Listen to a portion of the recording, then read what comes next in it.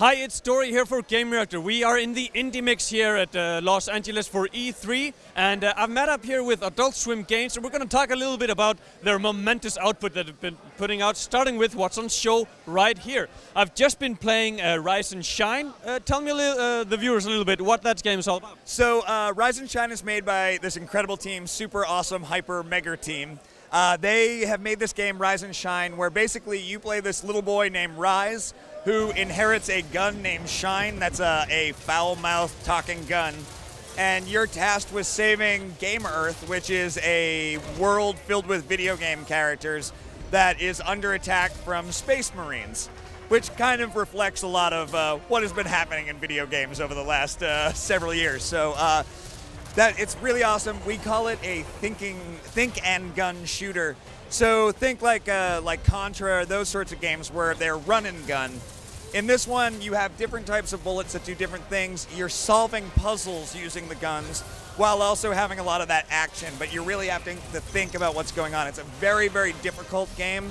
A lot of puzzle solving going on in it, and it's really awesome. Very colorful, very beautiful, and a lot of fun, a lot of heart in it. And also a lot of humor, and I have to say some of the puzzles where you need to kind of shoot out the bullet, then move it around within certain spaces, and then shoot. You know, it's nice little puzzle solving. Yeah, it's challenging, and it uses a lot of your brain, but also uses a little bit of your twitch, like you know, really, really like hard action stuff. Yeah, because you're also getting shot at the same time as while you're still standing there, kind of moving the bullet around. Yeah, trying to find cover and all that. Yeah. What else do you have on? The next game we also have Rain World, which is this beautiful game made by Video Cult.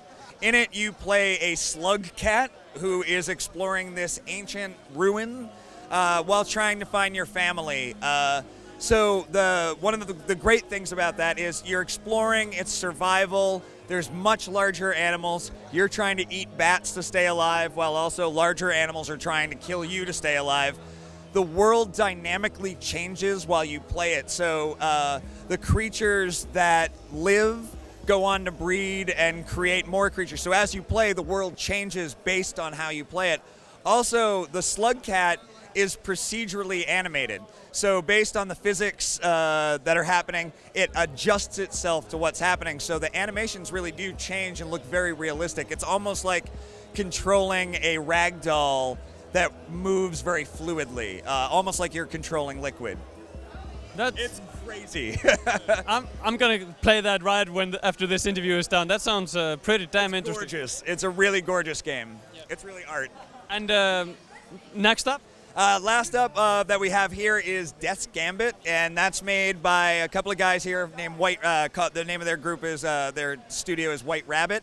They're students, former students of USC, and they put together this incredible game that's sort of the buzzwords that I use for it is it's if Castlevania and Dead Souls met Shadow of the Colossus. It's has all of those elements in it and very uniquely, and it's very punishing. It's not a funny game. It's a very hard game. It takes a lot of thinking while you're going through it, but it's we've had a very good reaction to it. Everybody who's been playing it has been amazed by it. Now, I also want to touch a little bit upon the policy for Adult Swim Games. I mean, you've been putting out a lot of great titles. I've been playing a lot of Duck Game recently. I mean, where do you find these quirky little fun indie titles? It is so awesome. Landon, who made Duck Game, he did the whole game by himself, which is just incredible when you think about like how good the music is and the online and everything. It's just an amazing game. So we do a lot of work like looking at, so sometimes we'll come to events, we'll see other games that are up, see other indie developers, see what they're working on, and just talk to them, see what their needs are. Because, you know, we don't want to like publish a game if they don't need us to publish the game. That doesn't make any sense.